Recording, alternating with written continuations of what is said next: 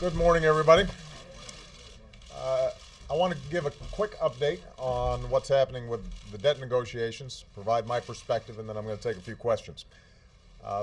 As all of you know, I met with congressional leaders yesterday. We're going to be meeting again today, and we're going to meet every single day until we get this thing resolved.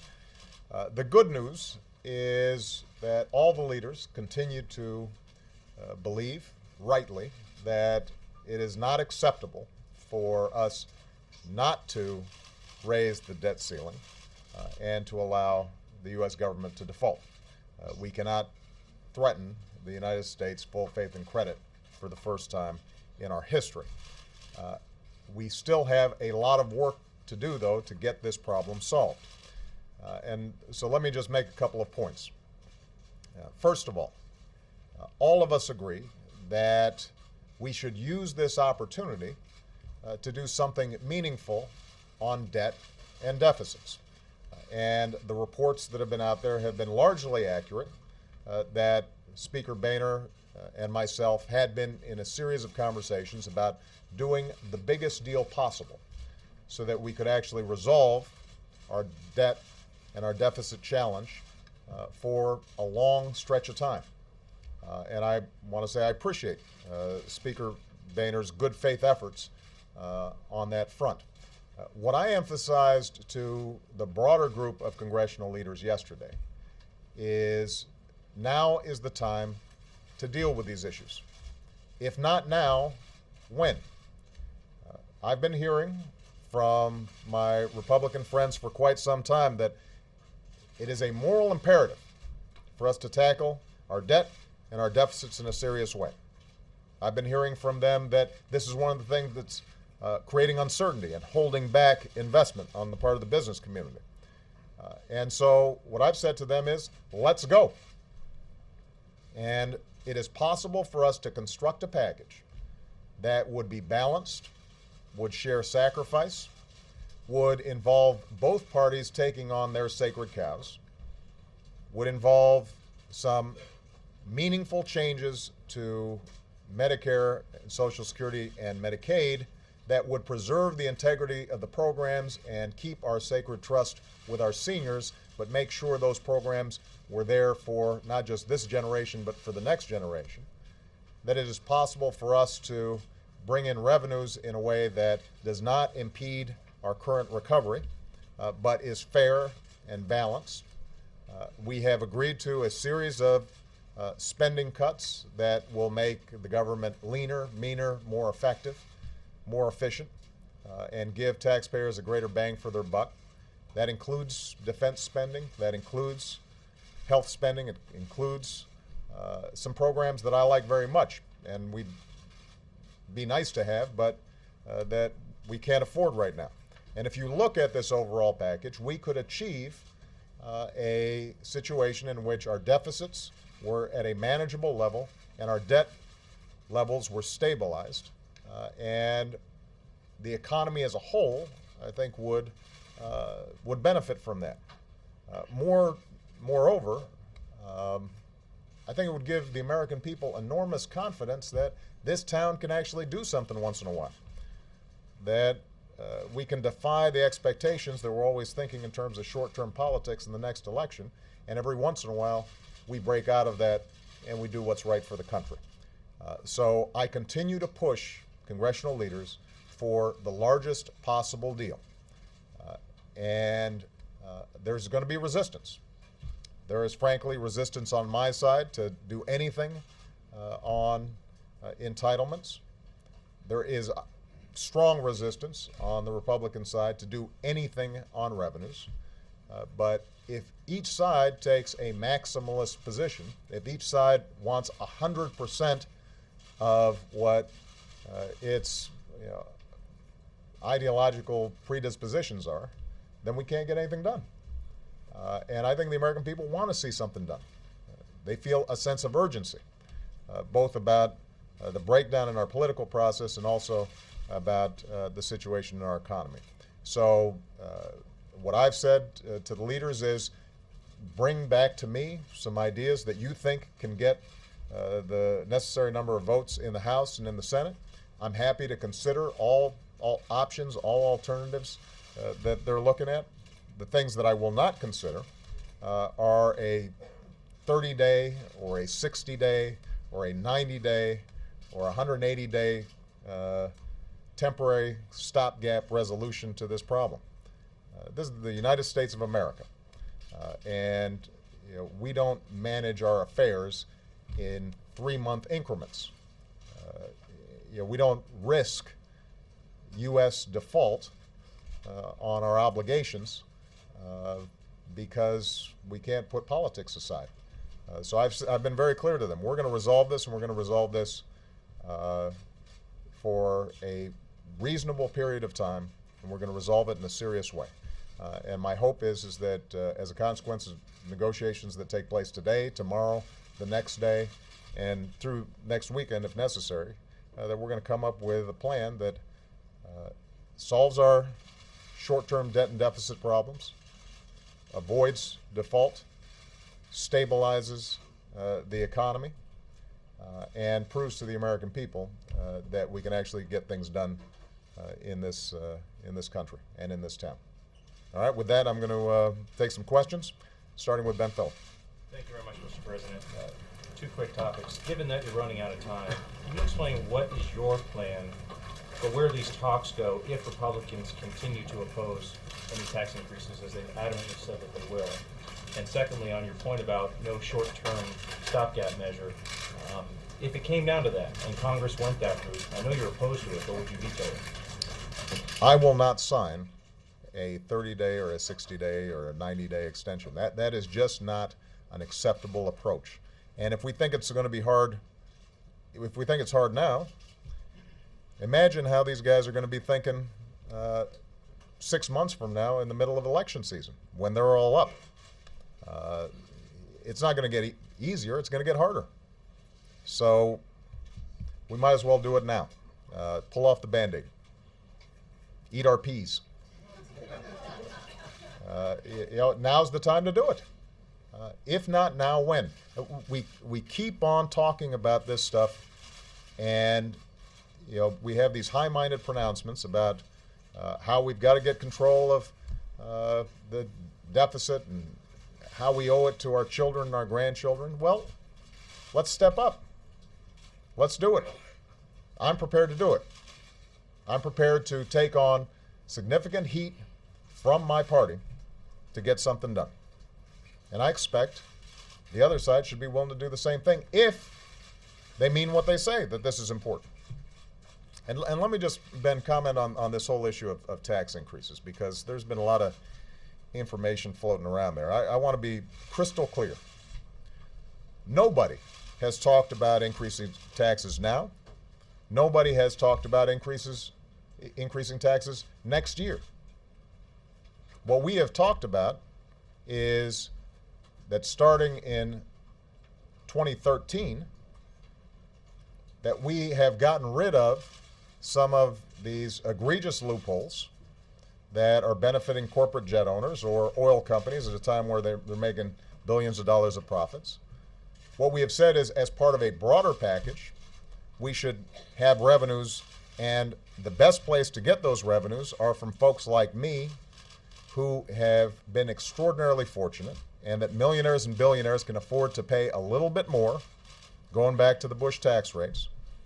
And what I've also said to the Republicans is, if you don't like that formulation, then I'm happy to work with you on tax reform that could potentially lower everybody's rates and broaden the base, as long as that package was sufficiently progressive so that we weren't balancing the budget on the backs of middle-class families and working-class families. And we weren't letting hedge fund managers or authors of best-selling books off the hook. That is a reasonable proposition. So when you hear folks saying, well, the president shouldn't want massive job-killing tax increases when the economy's this weak, nobody's looking to raise taxes right now. We're talking about potentially 2013 and the out years. In fact, the only proposition that's out there about raising taxes next year would be if we don't renew the payroll tax cut that we passed in December, and I'm in favor of renewing it for next year as well. But there have been some Republicans who said we may not renew it. And if we don't renew that, then the $1,000 that's been going to a typical American family this year as a consequence of the tax cut that I worked with the Republicans and passed in December, that lapses. That could weaken the economy. So I have bent over backwards to work with the Republicans to try to come up with a formulation that doesn't require them to vote sometime in the next month to increase taxes. What I've said is, let's identify a revenue package that makes sense, that is commensurate with the sacrifices we're asking other people to make, and then I'm happy to work with you to figure out how else we might do it. Do you see any path to a deal if they don't budge on taxes? I do not see a path to a deal if they don't budge, period. I mean, if the basic proposition is it's my way or the highway, then we're probably not going to get something done because we've got divided government. We've got Democrats controlling the Senate. We probably are going to need Democratic votes in the House for any package that could possibly pass.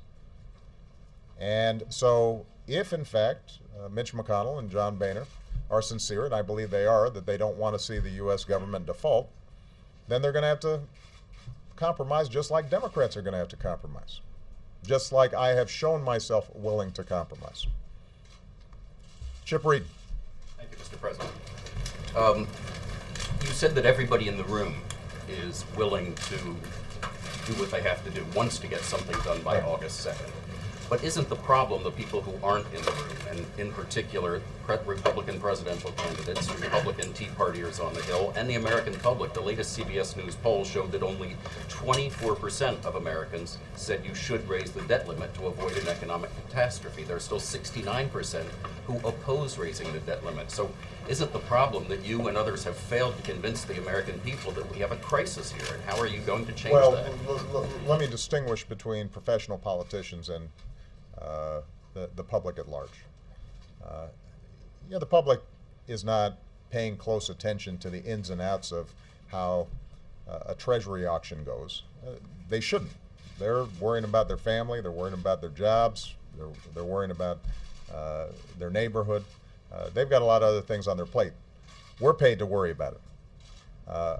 I think, depending on how you phrase the question, if you said to the American people, is it a good idea for the United States not to pay its bills and potentially create another recession that could throw millions of more people out of work, I feel pretty confident I can get a majority on my side on that one. And that's the fact. If we don't raise the debt ceiling and we see a crisis of confidence in the markets and suddenly interest rates are going up significantly, and everybody is paying higher interest rates on their car loans, on their mortgages, on their credit cards, and that's sucking up a whole bunch of additional money out of the pockets of the American people, I promise you, they won't like that. Now, I will say that some of the professional politicians know better. And for them to say that we shouldn't be raising the debt ceiling is irresponsible. They know better. This is not something that I am making up. This is not something that Tim Geithner's making up. We're not out here trying to use this as a means of doing all these really tough political things. I'd rather be talking about stuff that everybody welcomes, like new programs or the NFL season getting resolved. Or unfortunately, this is what's on our plate. It's before us right now, and we've got to deal with it. So what you're right about, I think, is that the leaders in the room here, at a certain point, have to step up and do the right thing, regardless of the voices in our respective parties that are trying to undermine that effort. I have a stake in John Boehner successfully persuading his caucus that this is the right thing to do. Just like he has a stake in seeing me successfully persuading the Democratic Party that we should take on these problems that we've been talking about for too long but haven't been doing anything about. You think he'll come back to the $4 trillion deal? I think Speaker Boehner has been very sincere about trying to do something big. I think he'd like to do something big. His politics within his caucus are very difficult. You're right. And this is part of the problem with a political process where folks are rewarded for saying irresponsible things to win elections or obtain short-term political gain when we actually are in a position to try to do something hard. We haven't always laid the groundwork for it. And I think that it's going to take some work on his side, but look, it's also going to take some work on our side in order to get this thing done. I mean, the vast majority of Democrats on Capitol Hill would prefer not to have to do anything on entitlements. Would prefer, frankly, not to have to do anything on some of these debt and deficit problems. And I'm sympathetic to their concerns because they're looking after folks who are already hurting and already vulnerable, and there are a lot of families out there and seniors who are dependent on some of these programs. And what I've tried to explain to them is, number one, if you look at the numbers, then Medicare in particular will run out of money, and we will not be able to sustain that program no matter how much taxes go up. I mean, it's not an option for us to just sit by and do nothing. And if you're a progressive who cares about the integrity of Social Security and Medicare and Medicaid and believes that it is part of what makes our country great that we look after our seniors and we look after the most vulnerable, then we have an obligation to make sure that we make those changes that are required to make it sustainable over the long term. And if you're a progressive that cares about investments in Head Start and student loan programs and medical research and infrastructure, we're not going to be able to make progress on those areas if we haven't gotten our fiscal house in order. The argument I'm making to my party is the values we care about, making sure that everybody in this country has a shot at the American dream and everybody's out there with the opportunity to succeed if they work hard and live a responsible life, and that government has a role to play in providing some of that opportunity through things like student loans and making sure that our roads and highways and airports are functioning and making sure that we're investing in research and development for the high-tech jobs of the future. If you care about those things, then you've got to be interested in figuring out how do we pay for that in a responsible way. So we're going to have a sales job. This is not pleasant. It is hard to persuade people to do hard stuff that entails trimming benefits and increasing revenues. But the reason we've got a problem right now is people keep on avoiding hard things, and I think now's the time for us to go ahead and take it on. Rich Wolf.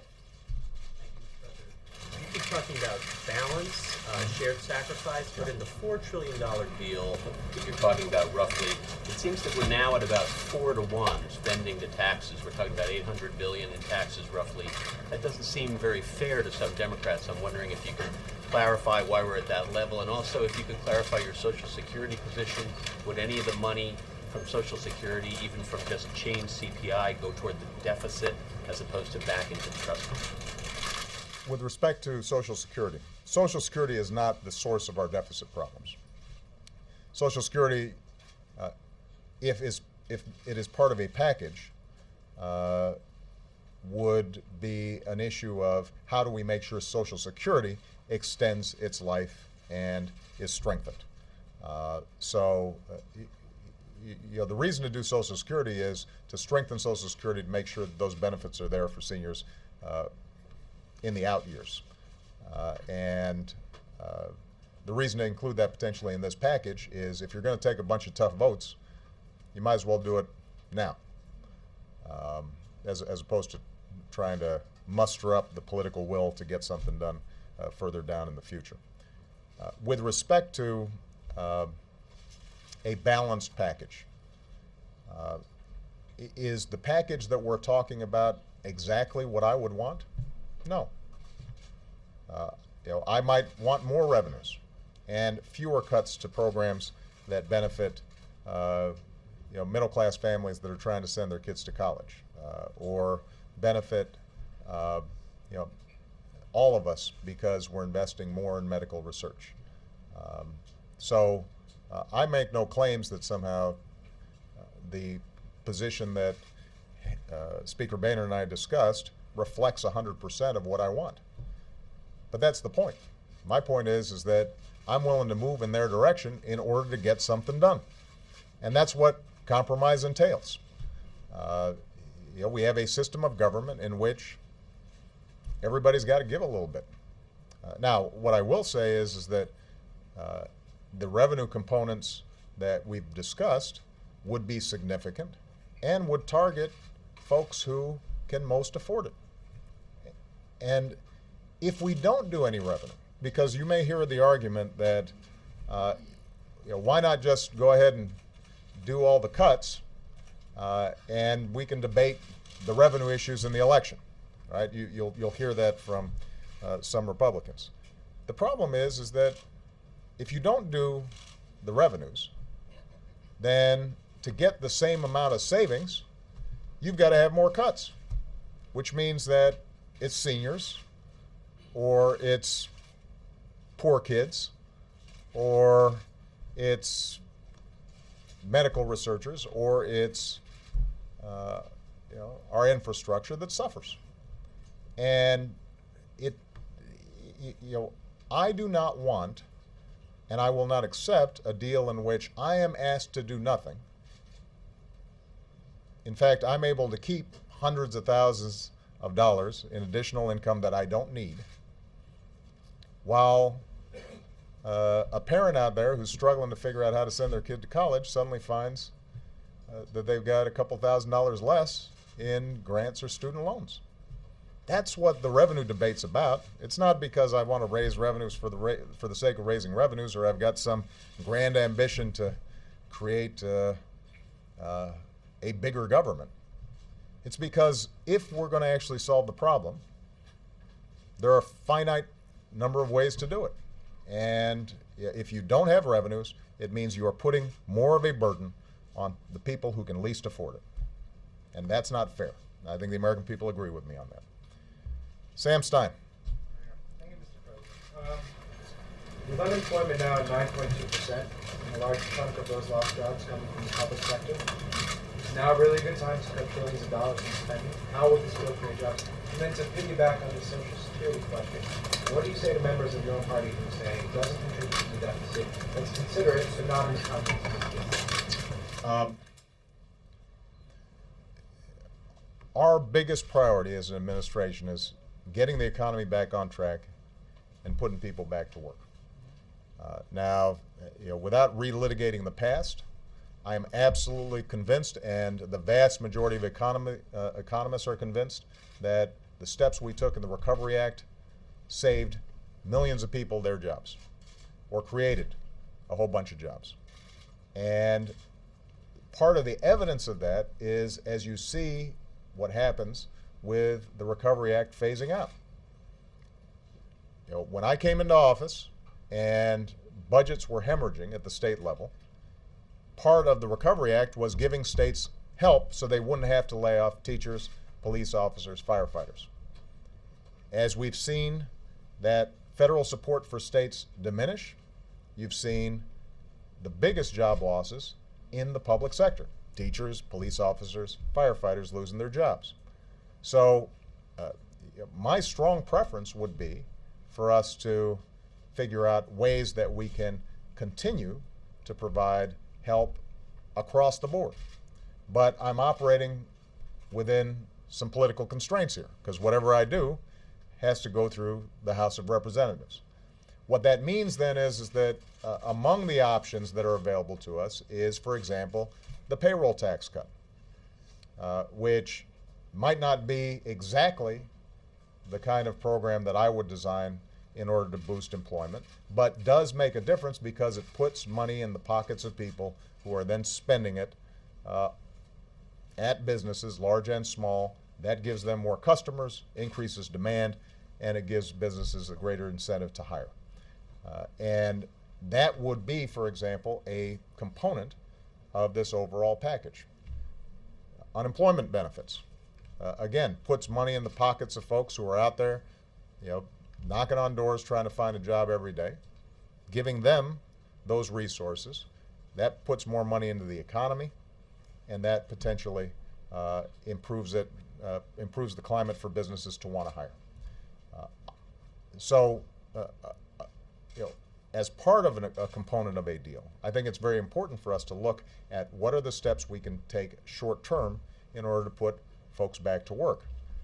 I am not somebody who believes that just because we solve the deficit and debt problems short term, medium term, or long term, that automatically solves the unemployment problem. I think we're still going to have to do a bunch of stuff, including, for example, trade deals that are before Congress right now that could add tens of thousands of jobs. Republicans gave me this list at the beginning of this year as a priority, something that they thought they could do. Now I'm ready to do it, and so far we haven't gotten the kind of movement that I would have expected. We've got the potential to create an infrastructure bank that could put construction workers to work right now, rebuilding our roads and our bridges and our vital infrastructure all across the country. So those are still areas where I think we can make enormous progress. I do think that if the country as a whole sees Washington act responsibly, compromises being made, the deficit and debt being dealt with for 10, 15, 20 years, that will help with businesses feeling more confident about aggressively investing in this country, foreign investors saying America's got its act together and are willing to invest. And so it can have a positive impact in overall growth and employment. It's not the only solution. We're still going to have a strong jobs agenda, but it is part of a solution. I might add, it is the primary solution that the Republicans have offered when it comes to jobs. They keep on going out there and saying, Mr. President, what are you doing about jobs? And when you ask them, well, what would you do? We've got to get government spending under control, and we've got to get our deficits under control. So I say, okay, let's go. Where are they? I mean, this is what they claim would be the single biggest boost to business certainty and confidence. So what's the holdup? With respect to Social Security, as I indicated earlier, making changes to these programs is so difficult that this may be an opportunity for us to go ahead and do something smart that strengthens Social Security and gives not just this generation but future generations the opportunity to say this thing's going to be in there for the long haul. Now, that may not be possible, and you're absolutely right that, as I said, Social Security is not the primary driver of our long-term deficits and debt. On the other hand, we do want to make sure that Social Security is going to be there for the next generations, and if there is a reasonable deal to be had on it, it is one that I'm willing to pursue. With respect to Social Security, like raising the retirement age, means testing, are those too big a chunk to benefit? I'm probably not going to get into the details, Sam, right now of negotiations. I might enjoy negotiating with you, but I don't know how much juice you've got in the Republican caucus. That's what I figured. All right. Leslie Clark. Thank you, Mr. President. There you go. You've said that economists have agreed that a deal needs to be made. Have you asked business leaders at all to lobby Congress to raise the debt ceiling? And if so, who are you talking to? And if not, why? I have spoken extensively to business leaders. And I'll be honest with you, I think that business leaders in the abstract want to see a resolution to this problem. What I found is that they are somewhat hesitant to weigh in on some of these issues, even if they're willing to say something privately to me, partly because they've got a whole bunch of business pending before Congress, and they don't want to make anybody mad. So this is a problem of our politics and our politicians, but it's not exclusively a problem of our politics and our politicians. I mean, the business community is a lot like everybody else, which is we want to cut everybody else's stuff, and we want to keep our stuff.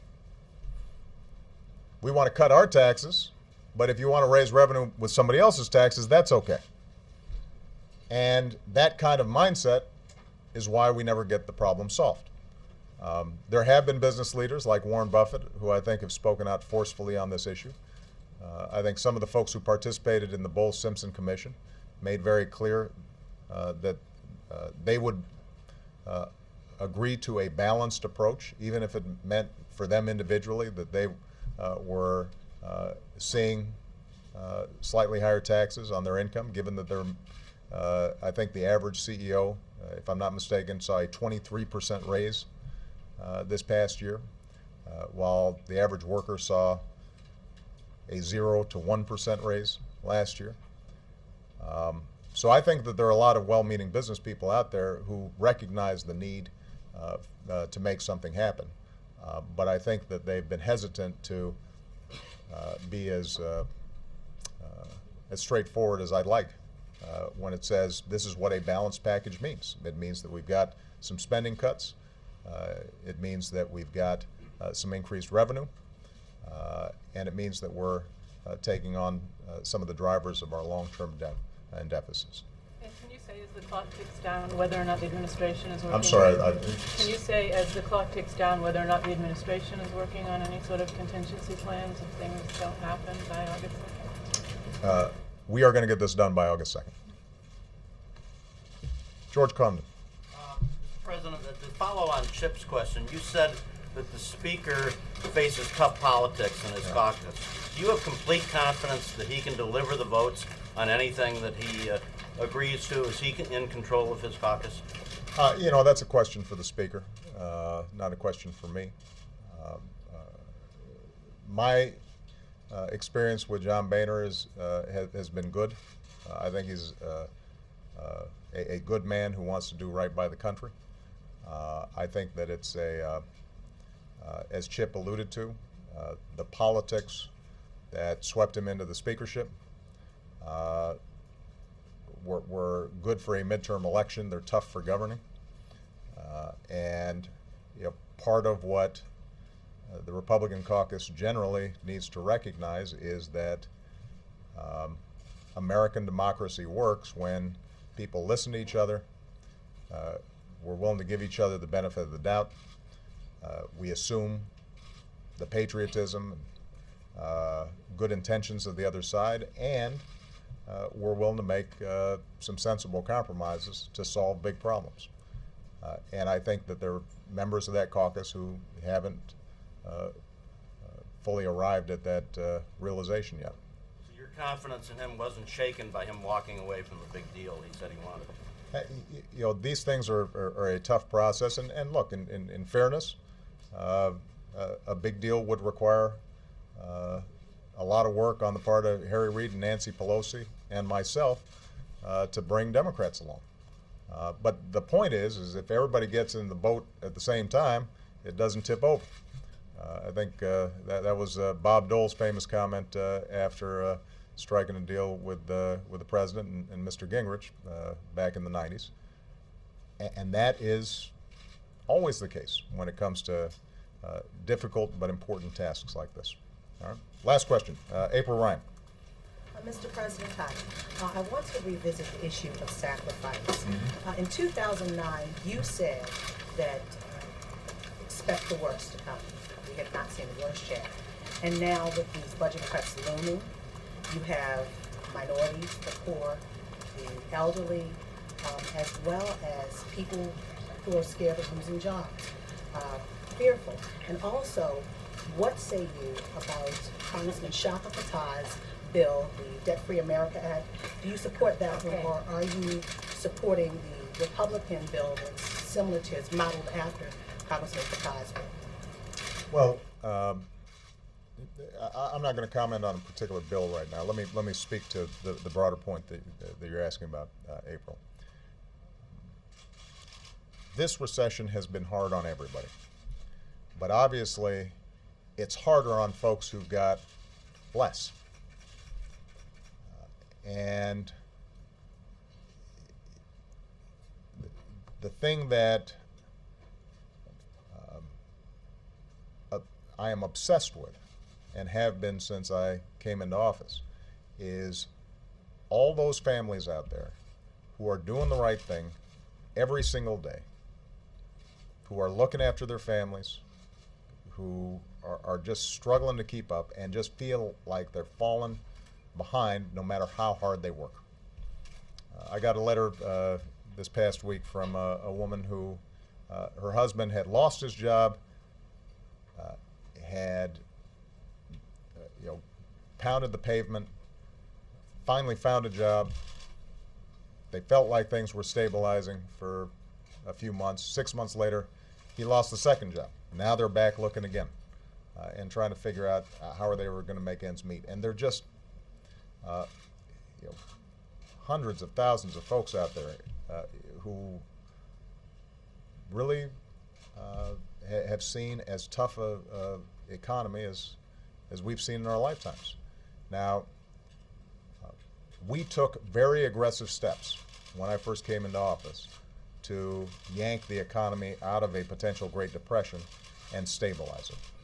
And we were largely successful in stabilizing it, but we stabilized it at a level where unemployment is still too high and the economy is not growing fast enough to make up for all the jobs that were lost before I took office and the few months after I took office. So this unemployment rate has been really stubborn. There are a couple of ways that we can solve that. Number one is to make sure that the overall economy is growing. And so we have continued to take a series of steps to make sure that there's money in people's pockets, that they can go out there and spend. That's what these payroll tax cuts were about. We've taken a number of steps to make sure that businesses are willing to invest. And that's what the small business tax cuts and some of the tax breaks for companies that are willing to invest in plants and equipment and zero capital gains for small businesses. That's what that was all about, was giving businesses more incentive to invest. We have worked to make sure that the training programs that are out there for folks who are having to shift from jobs that may not exist anymore so that they can get the training they need for the jobs that do exist, that those are improved and sharpened. We have put forward a series of proposals to make sure that regulations that may be unnecessary and are hampering some businesses from investing, that we are examining all of those for their costs and their benefits. And if they are not providing the kind of benefits in terms of the public health and clean air and clean water and worker safety that have been promised, then we should get rid of some of those regulations. So we've been looking at the whole menu of steps that can be taken.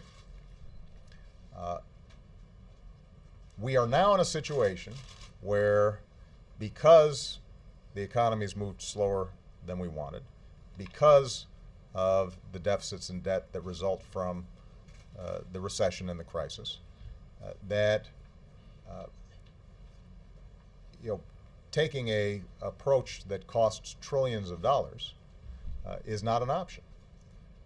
We don't have that kind of money right now. What we can do is to solve this underlying debt and deficit problem for a long period of time, so that then we can get back to having a conversation about, all right, since we now have solved this problem, that's no longer what's hampering economic growth, that's not feeding business uncertainty. Everybody feels that the ground is stable under our feet. Are there some strategies that we could pursue that would really focus on some targeted job growth. Infrastructure being a primary example. I mean, the infrastructure bank that we've proposed is relatively small. But could we imagine a project where we're rebuilding roads and bridges and ports and schools and broadband lines and smart grids and taking all those construction workers and putting them to work right now? I can imagine a very aggressive program like that I think the American people would rally around and would be good for the economy, not just next year or the year after, but for the next 20 or 30 years. But we can't even have that conversation if people feel as if we don't have our fiscal house in order. Right? So the idea here is let's act now. Let's get this problem off the table, and then with some firm footing, with a solid fiscal situation, we will then be in a position to make the kind of investments that I think are going to be necessary to win the future. So this is not a right or left, conservative, liberal situation. This is how do we operate in a smart way, understanding that we've got some short-term challenges and some long-term challenges. If we can solve some of those long-term challenges, that frees up some of our energies to be able to deal with some of these short-term ones as well. All right? Thank you very much, everybody.